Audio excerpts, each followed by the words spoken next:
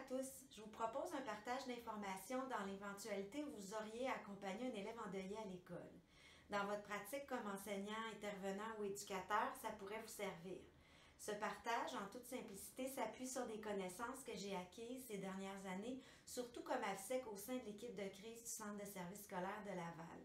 Cette équipe, qui initialement s'appelait l'équipe de postvention suicide, elle intervient lorsqu'il y a des incidents critiques qui surviennent dans nos établissements scolaires. Par exemple, des accidents ou des situations de violence graves. Mais c'est bien souvent suite au décès d'un élève ou d'un membre du personnel que nous sommes sollicités. Lorsqu'un milieu risque d'être très affecté, l'équipe de professionnels est là pour lui offrir un soutien. J'ai donc été amenée à suivre des formations, à faire des lectures, surtout concernant l'accompagnement des élèves endeuillés. Ça se veut donc un partage de connaissances très terrain d'interventions que j'ai pu expérimenter. La majorité du contenu de cette présentation provient de notes de formation et de conférences que j'ai suivies avec José Masson et de la lecture de ses ouvrages. J'ai rien inventé. Certaines expressions que je vais vous partager que j'utilise en intervention, la terminologie, les symboles, sont puisées à même le savoir et le travail de José Masson. Elle est travailleuse sociale, fondatrice et directrice de Deuil Jeunesse. Deuil Jeunesse, c'est ma référence en tout temps. José Masson, elle a développé une expertise qui est reconnue et elle est fréquemment sollicitée à titre d'experte du deuil chez les jeunes dans les médias. Mort, mais pas dans mon cœur est un ouvrage très complet et accessible que je vous recommande. Également, Accompagner un jeune en deuil. Il s'agit d'une 3e édition revampée parue en 2019 qui tient compte de nouvelles réalités, notamment des réseaux sociaux qui sont bien présents maintenant dans nos vies et de l'aide médicale à mourir. Vous trouverez également d'autres références à la fin de ce document. Voici les sujets qui seront abordés. Je ferai un bref survol de la compréhension du concept de la mort selon les âges. Je vais aussi vous parler de comment aborder la mort avec les enfants, comment bien les accompagner, les enfants endeuillés, les bonnes pratiques. On va regarder aussi les besoins qu'ils ont, mais les besoins également des intervenants, des accompagnateurs. Puis je vais vous partager des clés d'intervention puis quelques pièges à éviter. Pour commencer, j'ai envie de vous dire que je crois que les sociétés où on accepte la mort sans tabou, ce sont des sociétés qui apprécient peut-être mieux la vie, qui la vivent mieux. Les deuils s'y vivent aussi plus sereinement. D'où l'importance de parler de la mort avec nos enfants, de faire de l'éducation à la mort, d'aborder le sujet avant qu'un décès survienne dans leur entourage. Les enfants sont souvent bien plus conscients de la mort qu'on l'imagine. D'ailleurs, la mort, elle existe partout autour d'eux, que ce soit dans la nature, les personnages de films, les animaux de compagnie, les histoires qu'on leur raconte, etc.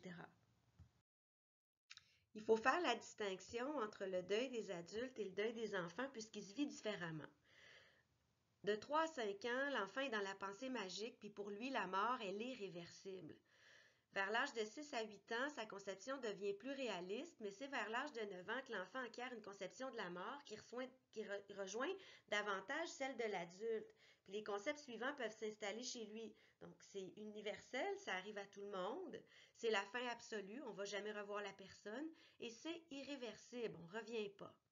Même si à cet âge-là, l'enfant peut être capable de se représenter la mort davantage comme un adulte, sa façon de réagir va différer de la nôtre. José Masson, elle utilise l'image de l'éléphant pour expliquer qu'un adulte, lorsqu'il apprend la mort d'un proche, c'est un peu comme un éléphant qui lui tombe dessus, puis il en a le souffle coupé, puis il l'avale d'un coup. Sa capacité à anticiper tous les moments où cette personne-là va lui manquer, tout l'ampleur de ce que ça représente, la perte de cette personne-là, il est capable de la figurer. Alors que chez l'enfant, sa capacité à se projeter dans le futur, elle est plus limitée. Ce qui fait que lui, l'éléphant, il va l'avaler à petites bouchées et ça peut survenir à tout moment. L'enfant peut aller mieux pendant longtemps, puis tout à coup, oups, il y a une bouchée d'éléphant qui arrive, puis on ne l'avait pas vu venir.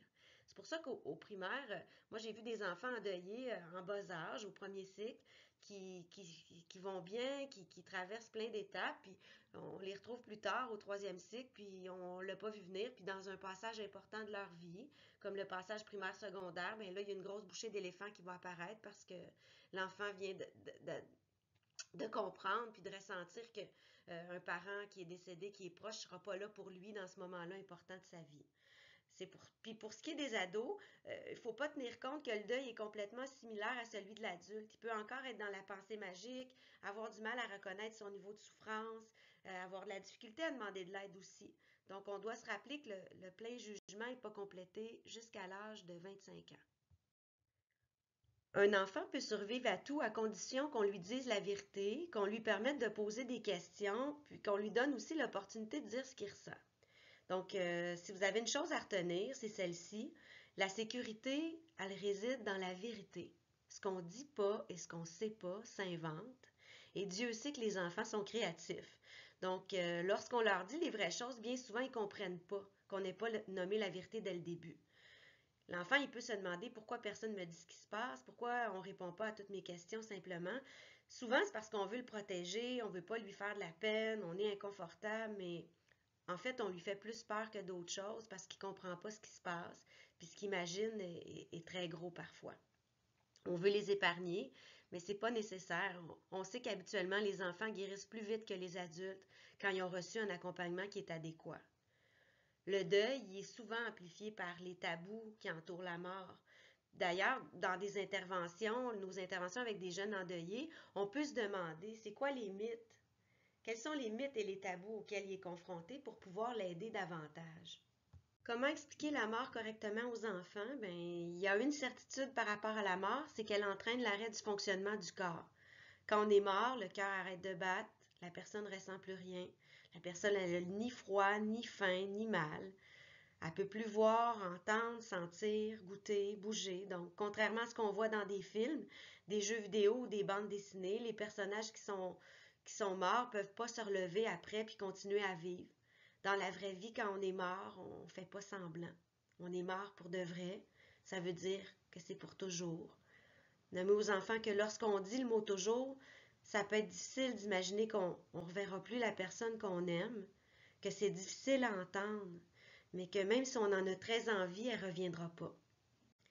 Il n'y a personne qui sait tout sur la mort, même les adultes, donc lui dire que c'est normal qu'il y a des choses qu'ils ne comprennent pas. C'est un peu faux de croire que les enfants, là, autour de l'âge de 10 ans, sont capables de trouver le bon mot avec la bonne émotion qu'ils ressentent. Faut pas oublier que les enfants et les ados sont maîtres des mots qu'ils entendent sans qu'ils soient nécessairement intégrés. Donc, il faut leur permettre de poser des questions, leur demander de préciser. C'est quoi pour toi la mort? Qu'est-ce que c'est pour toi avoir de la peine? C'est important de nager dans ses mots à lui. C'est comme ça qu'il va se sentir compris, puis c'est comme ça que vous allez vous-même le comprendre. C'est important d'utiliser les mots justes. Hein, on le sait, les enfants, dans la compréhension qu'ils se font des choses, sont souvent au premier degré, puis ont beaucoup d'imagination. Donc, les expressions telles que « elle dort pour toujours » peut engendrer chez l'enfant la peur d'aller au lit ou attendre que la personne se réveille. Il faut différencier la mort du sommeil. Le sommeil, c'est pour les vivants, alors que la mort, c'est pour ceux qui ont cessé de vivre. Une autre explication, elle est partie pour un long voyage, mais pourrait engendrer chez l'enfant l'attente du retour de la personne avec des souvenirs de voyage alors qu'elle ne reviendra pas. On recommande aussi d'éviter de parler du ciel, les références au ciel. Des jeunes enfants, surtout, là, peuvent paniquer parce qu'ils ont peur qu'il y ait des gens qui retombent du ciel ou paniquer en avion parce qu'ils croient qu'il y a des morts accrochés aux nuages. Un peu de voir et entendre. Ça peut être rassurant de sentir une présence, de dire que la personne est toujours présente, mais pour certains enfants, ils peuvent se sentir menacés dans leur intimité en pensant qu'il y a toujours quelqu'un qui les observe. Elle est morte parce qu'elle était malade. On dit souvent ça et c'est vrai, ça va, mais c'est important de distinguer la maladie grave des autres maladies. Elle est partie, bien évidemment, pour ne pas attendre un retour possible, puis elle est décédée, c'est très abstrait pour les enfants. Comment expliquer aux enfants ce qu'est un deuil? La façon la plus simple, c'est tout ce qu'on vit quand une personne qu'on aime meurt. Ça ouvre à toutes les réactions possibles. Il y a beaucoup de cliniciens qui ont cessé de parler des étapes du deuil. Il y a un effet pervers, hein? Les adultes en viennent à vouloir que leur enfant se conforme aux étapes telles que décrites. José Masson suggère de ne pas tenter d'entrer dans des cases pour se normaliser. Le deuil ne se normalise pas, le deuil se vit. Par définition, on sous-entend de la souffrance lors de la perte de quelqu'un avec qui on avait un lien fort. Donc, nommer à l'enfant son état. C'est normal que tu sois dans cet état, tu vis un deuil et ça fait mal. Ça rassure, un peu comme lorsque le médecin pose un diagnostic sur notre douleur. Exemple, si on a très mal à la tête et que c'est une migraine, bien, ça va être rassurant de se faire dire que ce n'est pas une tumeur grave au cerveau qu'on a. José Masson parle beaucoup de l'unicité du deuil. La girafe est un symbole qu'elle utilise pour représenter l'unicité. Les taches sont uniques d'une girafe à l'autre. C'est un peu comme nos empreintes digitales à nous. Au fond, il y a autant de façons de vivre un deuil qu'il y a d'individus. Nous sommes tous uniques et différents, donc on ne peut pas ressentir et vivre les choses de la même façon qu'un autre humain. À la question combien de temps devrait durer un deuil, quand ça va se terminer, eh bien, sa réponse c'est qu'un deuil, ça ne se calcule pas en temps, ça se calcule en présence bienveillante. C'est bien évident que l'intensité de la douleur dépend grandement de la relation qu'on entretenait avec la personne décédée, mais aussi des circonstances de sa mort. Le deuil, c'est pas quelque chose qui se guérit. On est endeuillé pour la vie, mais c'est un état qui se transforme. C'est pas d'être souffrant et d'avoir mal en permanence. On vit avec, mais ça ne veut pas dire qu'on n'est jamais heureux. Il y a plusieurs besoins chez les enfants endeuillés. Besoin d'amour, de validation, de sécurité, de stabilité, d'être écouté, de savoir qu'il n'est pas seul, d'être respecté dans ce qu'il vit, puis sentir aussi qu'on lui fait confiance, qu'est-ce qu'il faut pour traverser cette épreuve-là. Chez les accompagnateurs, les intervenants, bien, comme l'enfant endeuillé, il a aussi besoin d'être écouté, de savoir qu'il n'est pas seul, d'être respecté dans ce qu'il vit, puis de sentir qu'on lui fait confiance. En milieu scolaire, il faut travailler en équipe. En plus, bien, c'est d'être validé dans ses interventions. Donc, pas hésiter à demander de l'aide, à aller valider si ce que vous faites fait du sens. Se détacher aussi, puis d'accepter que son aide est limitée dans le temps. Souvent, on s'en investit, mais on est en milieu scolaire, puis c'est pas de la thérapie sur le long terme qu'on fait avec les enfants. C'est aussi important de clarifier son rôle auprès d'un élève endeuillé. Est-ce que c'est d'éduquer à la perte, de le consoler, d'aider les proches du jeune à le comprendre, que ce soit ses amis dans la classe, les autres membres du personnel, sa famille? Parfois aussi, c'est d'aider le parent à définir son rôle auprès de son enfant. Les parents ils ont besoin d'entendre qu'ils ont un rôle d'amour, de prendre soin, de sécurité, de vérité. Bien soutenir un jeune en milieu scolaire, c'est nécessaire de maintenir le plus possible les routines établies. Aussi d'être sensible aux dates importantes pour l'élève et l'inclure dans les décisions prises. On peut lui demander comment il veut vivre les choses. Par exemple, un élève qui s'absente dû à un décès dans son entourage, bien, on peut lui demander à son retour à l'école, son retour en classe, comment il veut que ça se passe. S'informer aussi lors d'activités qui peuvent être plus sensibles pour lui dans l'année, que ce soit pour la création de cartes lors de fêtes thématiques ou lors d'activités entourant la famille, on peut lui demander s'il souhaite participer, s'il souhaite être présent ou non. Et surtout, donner l'information au prochain éducateur, au prochain enseignant. Un élève est endeuillé pour la vie, puis on se rappelle que des bouchées d'éléphant peuvent survenir plus tard dans son parcours scolaire. J'aime bien faire un parallèle avec le caméléon et sa très grande capacité d'adaptation. Mais même s'il est doué pour s'adapter, c'est plus difficile de se fondre dans son environnement s'il se retrouve sur un arc-en-ciel de couleurs plutôt que sur une couleur unie. Bien, vivre un deuil sollicite fortement notre capacité d'adaptation parce que suite à un décès, souvent plusieurs choses changent dans nos vies. Donc, tout comme le caméléon sur un arc-en-ciel de couleurs, mais il faut travailler plus fort pour s'adapter à plus d'un changement. La posture d'accompagnement privilégiée, c'est d'être en pleine présence, avec des immenses oreilles, des grands yeux, puis une toute petite bouche. Parce qu'il faut se rappeler que d'aider le jeune, c'est de l'écouter plus que de lui parler et d'avoir en tête qu'il nous voit avant de nous écouter. Voici quelques attitudes aidantes pour bien accompagner un jeune endeuillé. D'abord, être un bon observateur. Je viens de le dire, avoir des grands yeux, des grandes oreilles. Mais il faut aussi se rappeler que le jeune a parfois besoin d'être questionné. Donc, je vois que tu es triste. Souvent, on pleure quand on est triste. Toi, qu'est-ce que tu fais quand tu as de la peine? L'aider à préciser. Être patient puis disponible. Les enfants ne réagissent pas toujours de façon immédiate et évidente. Se souvenir les bouchées d'éléphant. Il a besoin d'une présence rassurante aussi, donc la sécurité. La simplicité pour parler de la mort à un enfant. Il faut être simple et direct. Puis assumer que dans la vie, il y a des annonces qui sont difficiles à faire, des émotions qui sont souffrantes à ressentir. Être honnête aussi, ce qu'on ne dit pas s'invente. Soyez honnête dans l'expression aussi de vos propres sentiments face à la situation. Ça va offrir à l'enfant un modèle pour l'expression de ses propres sentiments à lui. Se donner du temps si l'émotion est trop forte chez vous.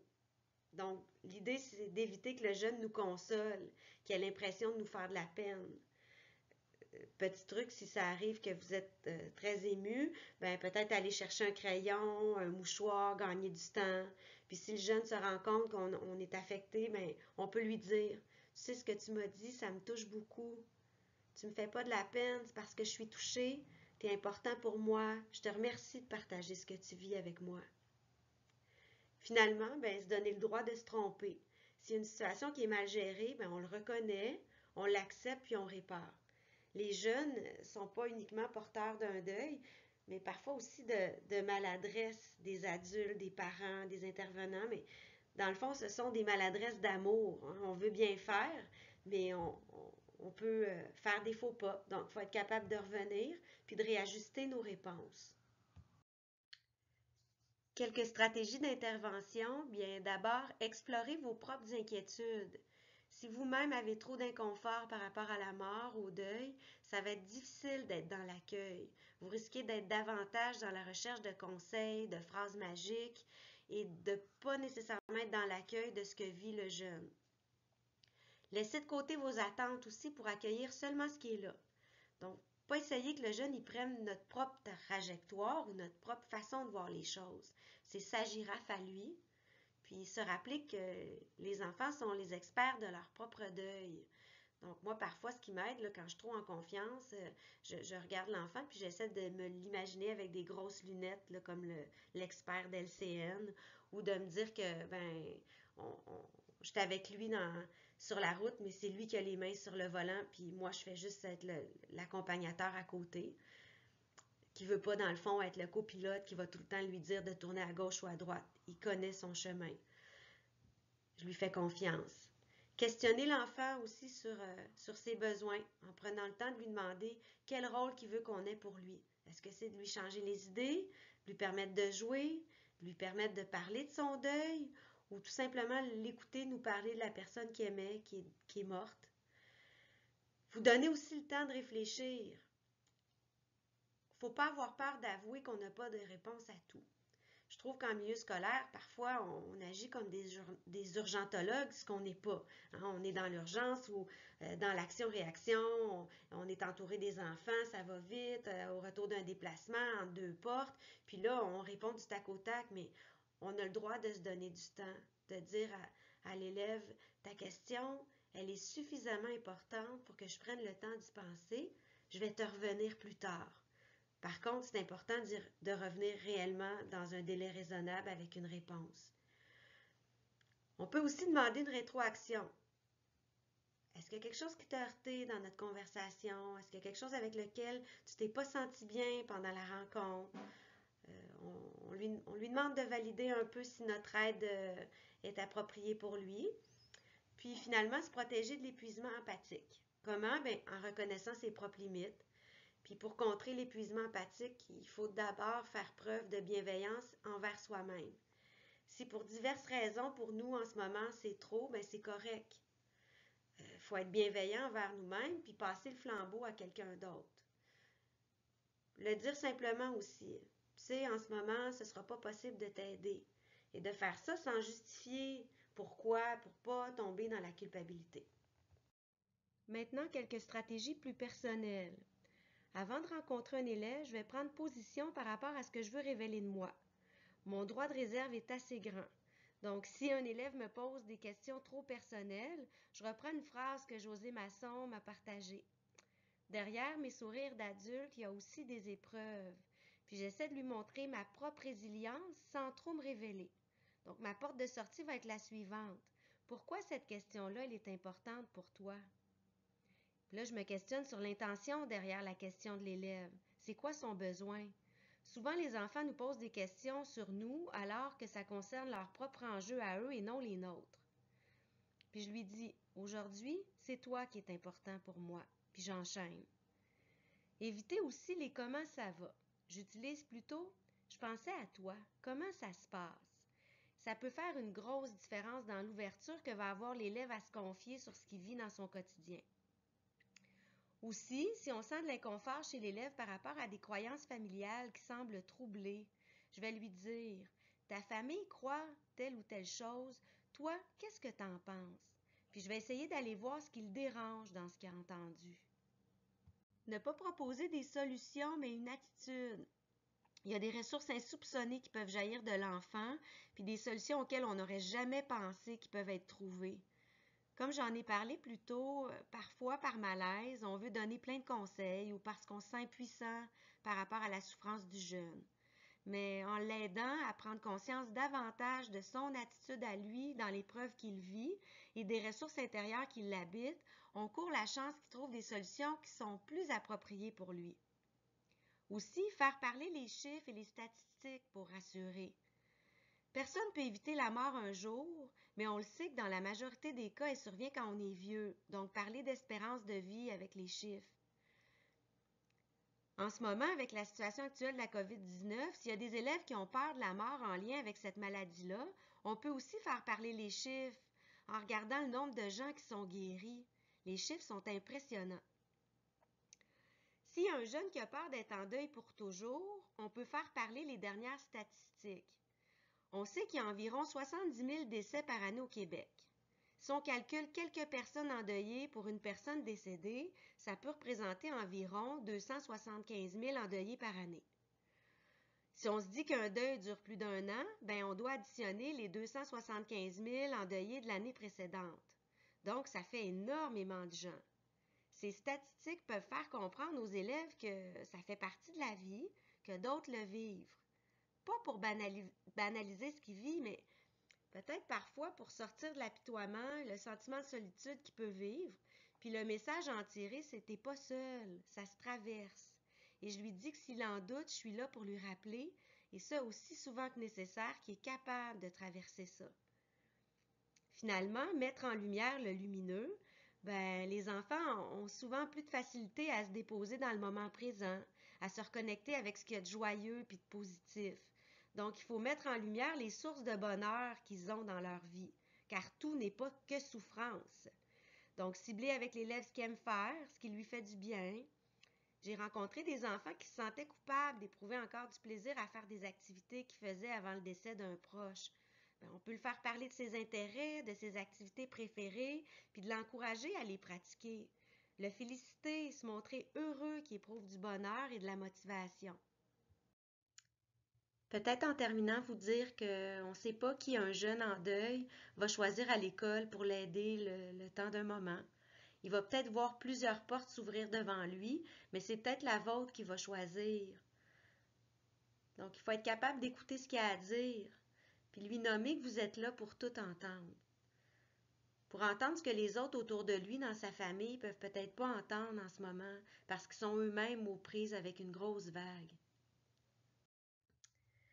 Il y a des aspects qui n'ont pas été abordés dans cette présentation, notamment concernant les fonctions, l'importance des rites funéraires, les particularités qui entourent les élèves endeuillés par suicide, les réactions possibles aussi d'un jeune endeuillé, les réactions qui sont inquiétantes ou non. Donc, je vous invite à aller consulter les ressources, les références qui suivent dans les 2 prochaines diapos du document, mais la référence incontournable, comme je vous ai dit, pour moi, demeure José Masson, Deuil Jeunesse. N'hésitez pas aussi à communiquer avec moi si vous avez des questions ou si vous avez besoin d'outils d'intervention à utiliser. Je pourrais peut-être vous en partager au besoin, là, surtout pour les TES, les intervenants qui devront suivre des élèves endeuillés en individuel. Voici quelques ressources pour les élèves et les familles. Voilà, j'espère sincèrement que cette présentation pourra vous être utile. J'ai aucun doute que vous connaissez vos élèves et que vous portez en vous tout ce qu'il faut pour les accompagner.